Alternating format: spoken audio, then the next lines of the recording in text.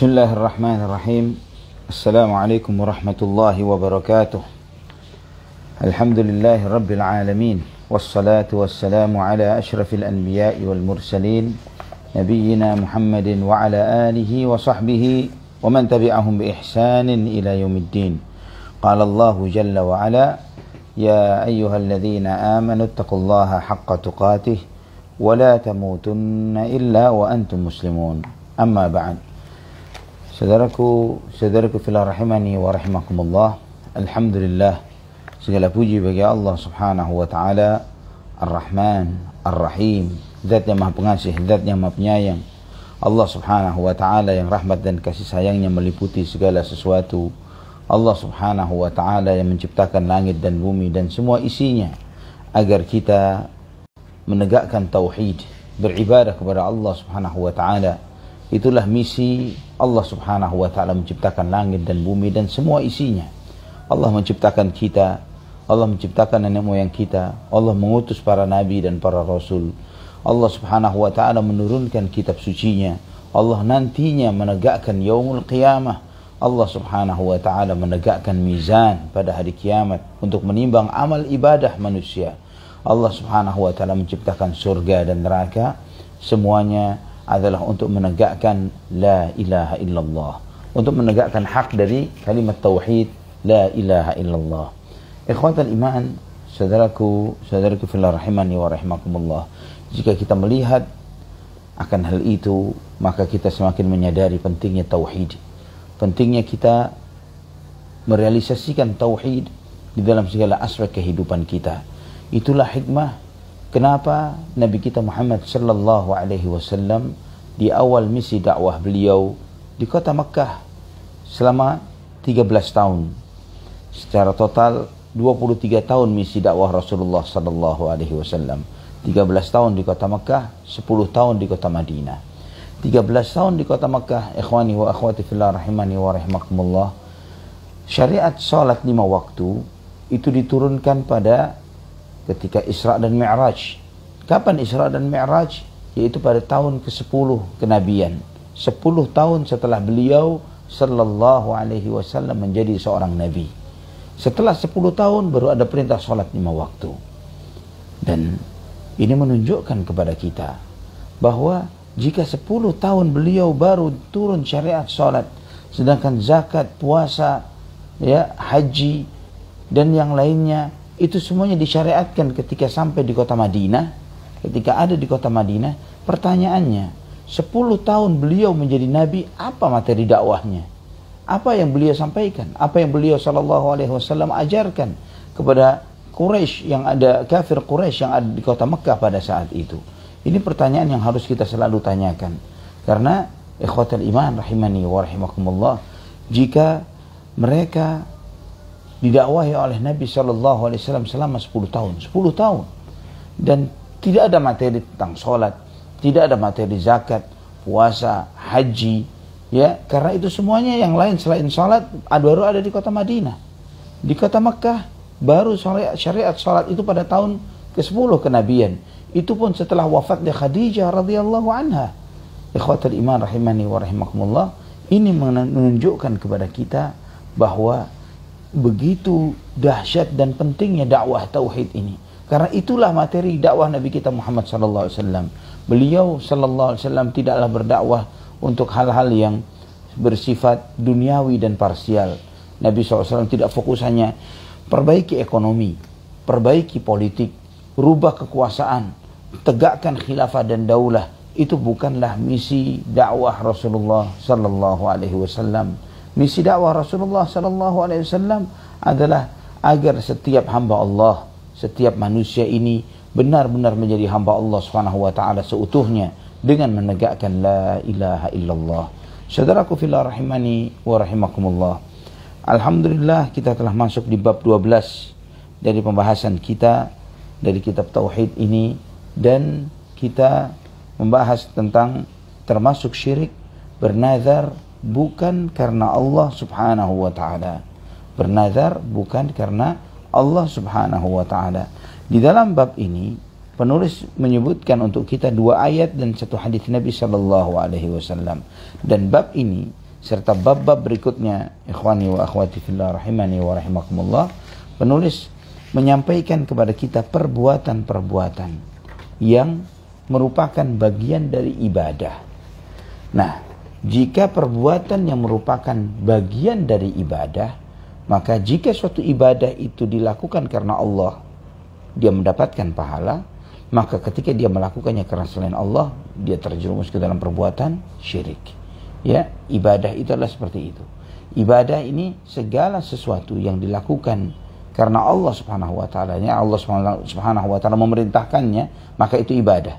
Jika ada perintah dari Allah atau Rasulullah SAW terhadap suatu perbuatan, maka itu adalah ibadah. Dan ibadah harus karena siapa? Harus karena Allah Subhanahu wa taala.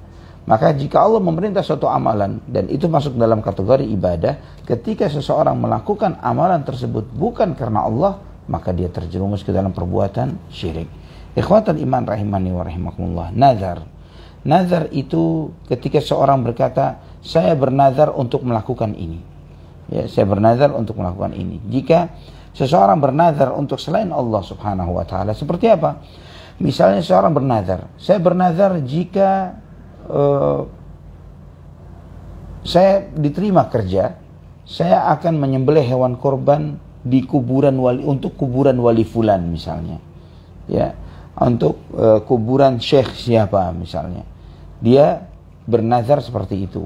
Atau misalnya jika saya dapat jodoh saya, misalnya seorang yang terbiasa datang ke tempat-tempat atau kuburan-kuburan keramat tertentu, dia mengatakan jika saya terpenuhi keinginan saya setelah ziarah ke kubur siapa, syekh siapa, mbah siapa, wali siapa, saya akan bernazar untuk bersedekah menyembelih hewan kurban di sana, ya, menyembelih hewan kurban di tempat itu, entah itu kambing, entah itu ayam, entah itu apa dan lain sebagainya, untuk bayar syaratnya, ya, misalnya dan lain sebagainya. Dan itu nazar ini, ikhwatal iman rahimani wa rahimakumullah, sebagaimana kita telah bahas kemarin, ada nazar maksiat, ada nazar syirik. Apa bedanya nazar maksiat dan nazar syirik? Ya, nazar maksiat ini bisa jadi seseorang itu bernazar dan dia melakukannya karena Allah Subhanahu wa taala. Sebagai contoh misalnya adalah seseorang bernazar, saya nazar kalau keinginan saya terpenuhi, maka saya akan misalnya dia bernazar untuk berbuat suatu maksiat tertentu.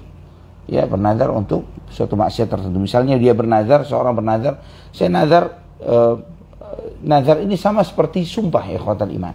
Ya, mirip dengan sumpah. Seperti kalau nazar maksiat, mirip seperti seseorang yang bersumpah karena Allah untuk melakukan suatu maksiat. Contoh, seseorang bersumpah, saya sumpah akan curi harta si fulan. Saya sumpah saya akan begini dan begitu. Sumpah karena Allah untuk melakukan suatu perbuatan dosa dan maksiat. Ini contoh nazar maksiat. Namun nazar syirik adalah ketika seseorang itu bernazar untuk berbuat suatu kesyirikan, sama seperti bersumpah dengan selain nama Allah Subhanahu wa taala. Seperti seseorang bersumpah, saya bersumpah dengan selain nama Allah. Misalnya seorang bersumpah dengan nama Nabi Muhammad, demi Nabi, demi Rasul, saya akan begini dan begitu. Nah, sumpah dengan selain nama Allah Subhanahu wa taala syirik. Mana lebih berat dosanya? Dosa bersumpah dengan nama Allah tapi maksiat, atau bersumpah dengan selain nama Allah Subhanahu wa taala? Bersumpah dengan selain nama Allah walaupun jujur, ini lebih berat dosanya ketimbang bersumpah dengan nama Allah dengan suatu sumpah maksiat. Ya, ikhwatal iman rahimani wa rahimakumullah. Maka oleh karena itu berbeda kondisinya orang yang bernazar dengan maksiat karena suatu perbuatan dosa dan maksiat, sumpah karena maksiat atau nazar karena maksiat, nazarnya terjadi, dia harus bayar kafarah, ya, dia harus bayar kafarah sumpah, kafarah yamin, sebagaimana telah dijelaskan kemarin. Adapun jika dia bersumpah dengan selain nama Allah atau bernazar dengan selain nama Allah Subhanahu wa taala, maka nazarnya tidak terjadi. Nazarnya tidak terjadi dan tidak boleh dilaksanakan. Tidak wajib untuk kafarah, bahkan konsekuensinya dia harus bertaubat kepada Allah Subhanahu wa taala. dengan taubatan nasuha. Ikhwatal iman rahimani wa rahimakumullah. Di dalam bab ini penulis menyampaikan kepada kita dua ayat dan satu hadis. Ayat yang pertama yang disampaikan adalah surat Al-Insan ayat 7. Yufuna bin nadhr. Yufuna bin nadhr. Mereka menunaikan nazar. Ayat ini ikhwatal iman rahimani wa rahimakumullah dalam rangkaian ayat yang Allah subhanahu wa ta'ala memuji al-abrar, memuji orang-orang baik. Innal abrara yashrabuna min ka'sin kana mizajuha kafura. Sesungguhnya orang-orang yang baik, mereka minum dari cangkir yang campuran minuman itu adalah kafur. Allah subhanahu wa ta'ala memuji mereka terhadap perbuatan mereka yang menunjukkan apa yang mereka lakukan dengan pujian-pujian Allah tersebut adalah perbuatan-perbuatan ibadah yang dicintai oleh Allah subhanahu wa ta'ala. Ya, dan karena tidaklah Allah subhanahu wa ta'ala memuji suatu amalan yang dengan amalan itu Allah subhanahu wa ta'ala memuji seseorang sehingga itu menjadi penyebab mereka masuk ke dalam surga, kecuali amalan tersebut adalah suatu ketaatan kepada Allah subhanahu wa ta'ala dan ibadah. Maka ikhwatal iman rahimani wa rahimakumullah, terkait tentang nazar ini, ayat yang lebih tepat sebetulnya adalah dalam surat Al-Hajj ayat 29, karena di situ mengandung suatu perintah, wal yufu nuzurahum. Ya, dalam surat Al-Hajj ayat 29, wal yufu nuzurahum, dan hendaklah mereka memenuhi membayar nazar-nazar mereka. Karena wal yufu nuzurahum artinya perintah untuk memenuhi nazar, dan memenuhi suatu perintah adalah ibadah. Ya, ingat kaidah ibadah itu apa? Ibadah adalah sesuatu yang diperintahkan oleh Allah subhanahu wa ta'ala dan Rasulnya, itu ibadah. Maka jika suatu amalan diperintahkan oleh Allah subhanahu wa ta'ala atau diperintahkan oleh Rasulullah SAW, perintah itu ada dua bentuknya, perintah wajib atau perintah sunnah. Ya, ada perintah wajib, ada perintah sunnah. Jika suatu amalan itu diperintah, ada suatu amalan kita diperintah untuk melakukannya, maka amalan itu ibadah. Jika itu ibadah, harus ditujukan karena siapa? Karena Allah subhanahu wa ta'ala. Tidak boleh ditujukan kepada selain Allah subhanahu wa ta'ala. Maka jika ditujukan kepada selain Allah, maka itu adalah perbuatan syirik. Ini yang harus kita pahami. Dan memalingkan ibadah yang Allah perintahkan kepada selain Allah adalah syirkul akbar, adalah syirik besar. Dan itu bisa menyebabkan pelakunya murtad, kafir, keluar dari dinul Islam. Wal'iyadhu billah. Allah subhanahu wa ta'ala berfirman di dalam ayat yang kedua, yaitu surat Al-Baqarah ayat 270, "Wa ma anfaqtum min nafaqatin aw nadhartum min nadhrin fa innallaha ya'lamuhu." Apa saja yang kamu nafkahkan atau apa saja yang kamu nazarkan, maka sesungguhnya Allah subhanahu wa ta'ala mengetahuinya. Ya, ini ayat kedua yang disampaikan oleh penulis, bahwa Allah subhanahu wa ta'ala menegaskan apapun nafkah yang kalian keluarkan, ya uang yang kalian belanjakan, apakah dibelanjakan dalam hal yang baik atau dibelanjakan dalam hal-hal yang maksiat, itu semuanya termasuk juga apapun nazar yang kalian nazarkan, semuanya diketahui oleh Allah subhanahu wa ta'ala. Dan jika Allah subhanahu wa ta'ala mengetahui suatu amalan, Allah menyebutkan di sini tentang nafkah dan nazar. Apa maksudnya? Dan apa maksud bahwa Allah subhanahu wa ta'ala menyampaikan kepada kita Allah mengetahuinya? Maksudnya adalah bahwa Allah pasti membalasnya. Ya, karena Allah menyampaikan Allah mengetahui, maksudnya apa? Allah membalasnya. Jika Allah subhanahu wa ta'ala membalasnya, artinya itu satu amalan yang mengandung konsekuensi ibadah. Satu amalan yang mengandung konsekuensi ibadah. Oleh karena itulah, maka penulis berdalilkan dengan ayat ini untuk menunjukkan bahwa nazar itu ibadah, dan ibadah harus ditujukan kepada siapa? Kepada Allah subhanahu wa ta'ala semata. Ikhwatal iman rahimani wa rahimakumullah. Kemudian penulis menyampaikan kepada kita sebuah hadis dalam Sahih Bukhari dari Aisyah radhiyallahu anha, bahwa Rasulullah sallallahu alaihi wasallam bersabda, "Man nazara an yuti'allaha falyuti'hu, wa man nazara an ya'siyallaha fala ya'sihi." Barang siapa bernazar untuk mentaati Allah subhanahu wa ta'ala, maka hendaklah dia mentaatinya. Akan tetapi barang siapa bernazar untuk bermaksiat kepada Allah, maka janganlah dia bermaksiat kepada Allah subhanahu wa ta'ala dengan melaksanakan nazar tersebut. Ikhwatal iman rahimani wa rahimakumullah. Dan ini nazar, ya, disebut oleh Nabi SAW, barang siapa yang bernazar, ini mencakup siapapun yang mukallaf, yakni yang dibebani syariat. Dia dewasa, ya, artinya dia baligh, dia berakal sehat, ya, maka dia ketika dia bernazar, maka dia terkena konsekuensi ini, yaitu jika dia bernazar untuk taat kepada Allah Subhanahu wa taala. Apa itu taat? Taat itu berarti sesuai dengan ketentuan Allah Subhanahu wa taala. Jika ketentuannya berupa perintah, maka bentuk taatnya adalah menjalankan perintah tersebut. Jika ketentuannya berupa larangan, maka konsekuensi dari ketaatan itu adalah dengan meninggalkan larangan tersebut. Oleh karena itu, jika disebutkan taat kepada Allah, artinya apa? Menjalankan perintah, menjauhi larangan.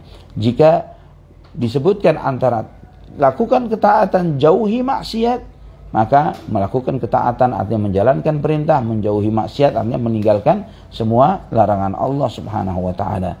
Di sini Nabi SAW menyampaikan kepada kita, barang siapa yang bernazar untuk taat kepada Allah Subhanahu wa taala, hendaklah dia taat kepada Allah Subhanahu wa taala. Fal yuti'hu.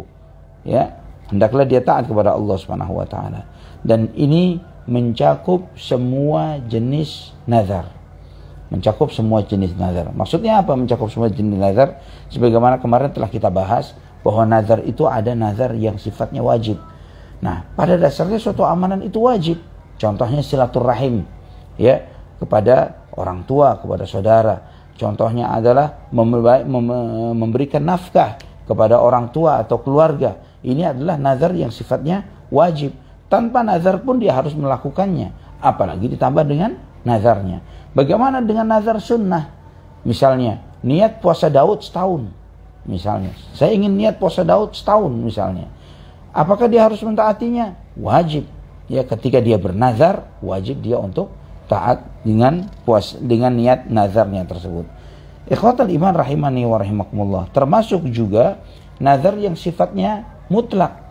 Misalnya seseorang yang bernazar, jika saya sukses, jika saya diterima, jika saya naik jabatan dan lain sebagainya, saya bernazar untuk melakukan suatu ini, misalnya saya umrah misalnya, atau saya haji atau yang semisalnya. Maka yang sifatnya sunnah, dia harus menjalankannya, apalagi wajib. Dan yang sifatnya mubah pun misalnya, saya harus akan bersedekah 100 juta misalnya, jika saya naik jabatan misalnya. Nazar yang seperti ini wajib dia tunaikan. Namun harus diketahui ya ikhwatal iman, sebagaimana telah disampaikan kemarin, bahwa nazar itu tidak mendatangkan kebaikan. Nazar tidak mendatangkan kebaikan. Nazar itu hanyalah amalan yang biasa dilakukan oleh siapa? Oleh orang bakhil. Oleh karena itu Nabi SAW melarang kita untuk bernazar.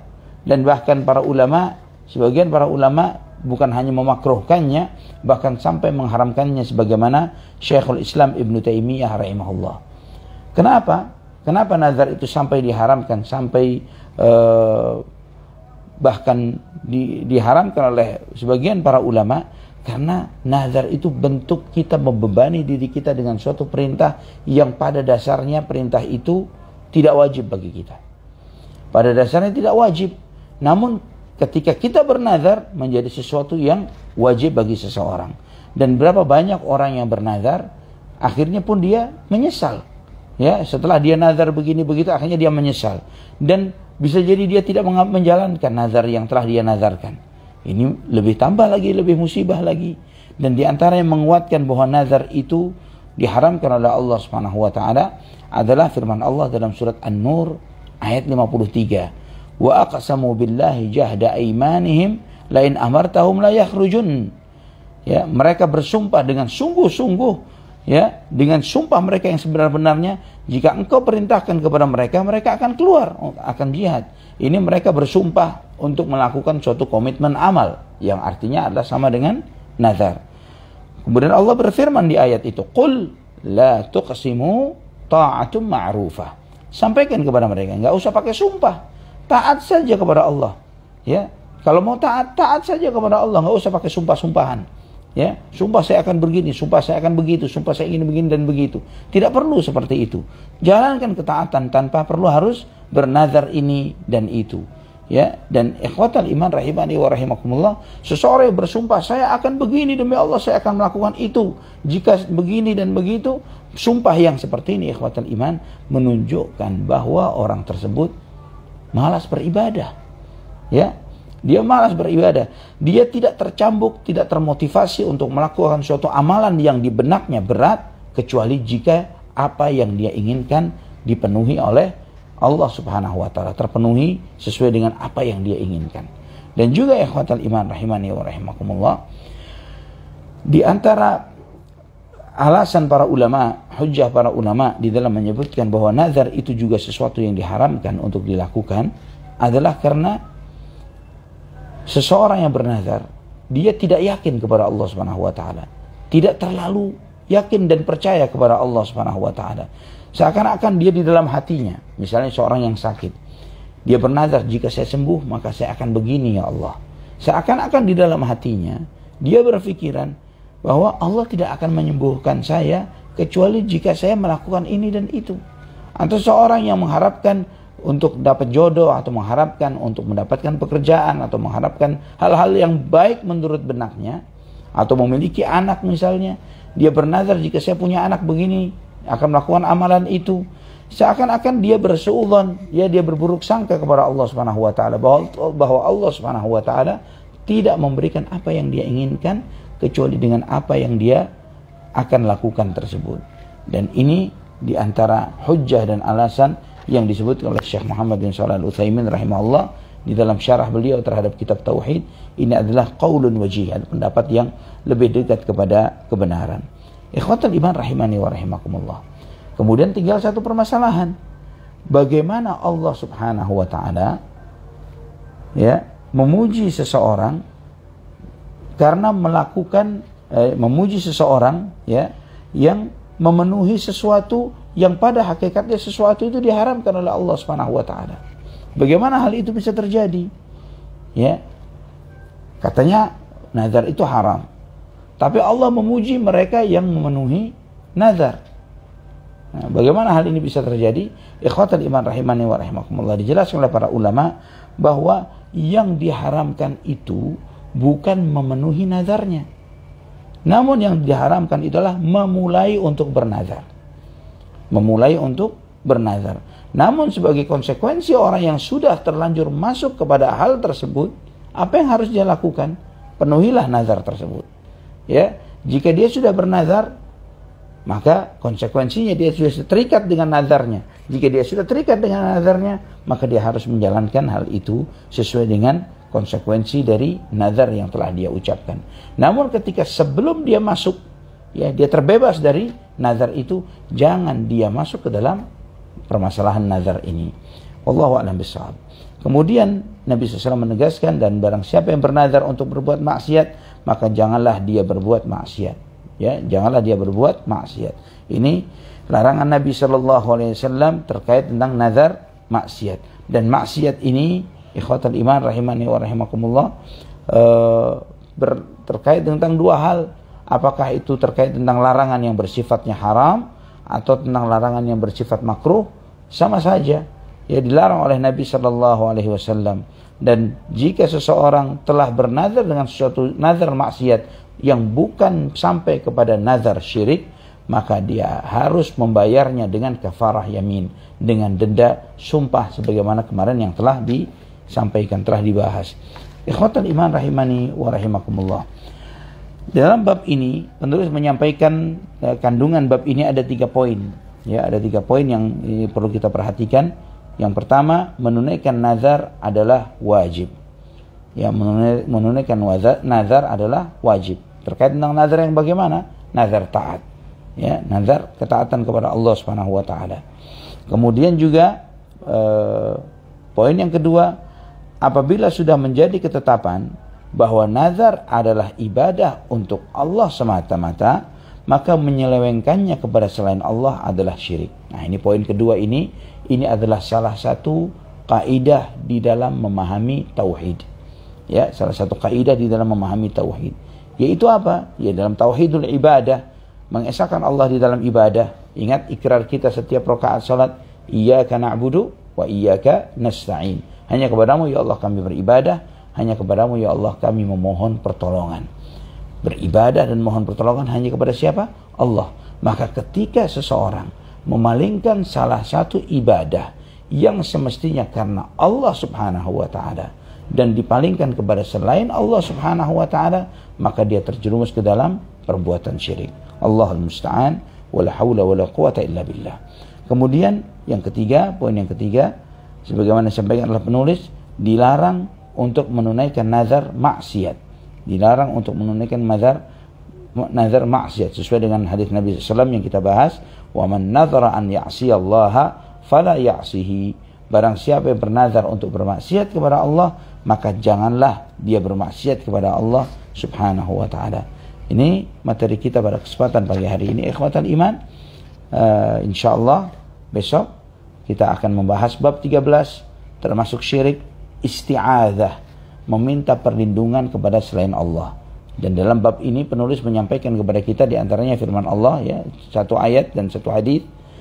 Ayat dalam surat Al-Jin, ya, ayat 6 yang Allah menyebutkan tentang sebagian manusia yang mereka ini meminta perlindungan kepada sebagian manusia meminta perlindungan kepada bangsa jin, dan ini termasuk perbuatan syirik. Wallahu taala ada wa alam bisawab. Insyaallah kita bahasnya besok ya ikhwatal iman. Ada pertanyaan yang disampaikan di antaranya ini dari Syaifah Wardah. Assalamualaikum Ustaz. Waalaikumsalam warahmatullahi wabarakatuh. Apakah boleh mencium kaki ibu sebagai bentuk berbakti kepadanya? Mencium kaki ibu ini termasuk perbuatan yang tidak dibolehkan. Kenapa? Karena bentuknya adalah sama seperti sujud. Dan sujud itu harus kepada siapa? Hanya kepada Allah Subhanahu wa taala. Perhatikan ikhwatal iman, semua gerakan salat adalah semua gerakan ta'zim. Berdiri, ruku, sujud adalah bentuk ta'zim, penghormatan kepada Allah Subhanahu wa taala. Ya, yang semuanya dikumpulkan dirangkaikan dalam rangkaian-rangkaian ibadah salat yang kita lakukan. Menghormati ibu adalah suatu perintah yang sangat diwajibkan oleh Allah Subhanahu wa taala dan haknya lebih besar daripada hak seorang ayah. Haknya adalah hak terbesar setelah hak Allah Subhanahu wa ta'ala. Namun bukan berarti ketika kita menghormati ibu kita kemudian kita sampai melanggar syariat Allah Subhanahu wa ta'ala.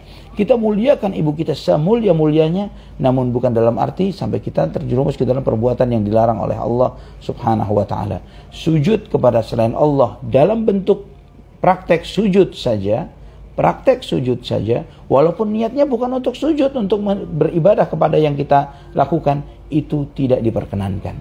Ya, kita tidak boleh rukuk kepada siapapun, kita tidak boleh sujud kepada siapapun, hanya kepada siapa? Hanya kepada Allah Subhanahu wa taala saja. Semua aktivitas gerakan salat itu bentuk ta'zim, hanya ditujukan kepada Allah Subhanahu wa taala semata, bukan untuk yang lain. Kemudian ada pertanyaan dari Nikmatul Izzah. Bismillah Ustaz, Afwan tanya, bila seorang belum laksanakan nazarnya keburu meninggal, apakah ahli warisnya wajib membayarnya? Di dalam tentang permasalahan ini terjadi khilaf di antara para ulama. Di antaranya dalam sebuah hadis dari Aisyah radhiyallahu anha, man mata wa alaihi saumun falyasum anhu waliyuhu. Ya, dalam sebuah hadis Nabi SAW bersabda, barang siapa meninggal dunia dan kemudian dia punya hutang puasa, maka hendaklah walinya berpuasa untuknya. Ya, hendaklah walinya berpuasa untuknya. Dan sebagian besar para ulama ketika menjelaskan hadis ini, maksudnya adalah puasa nazar. Ya, puasa nazar. Maka walinya atau ahli warisnya di sini dia berkewajiban untuk membayar nazar tersebut. Wallahu a'lam bishawab.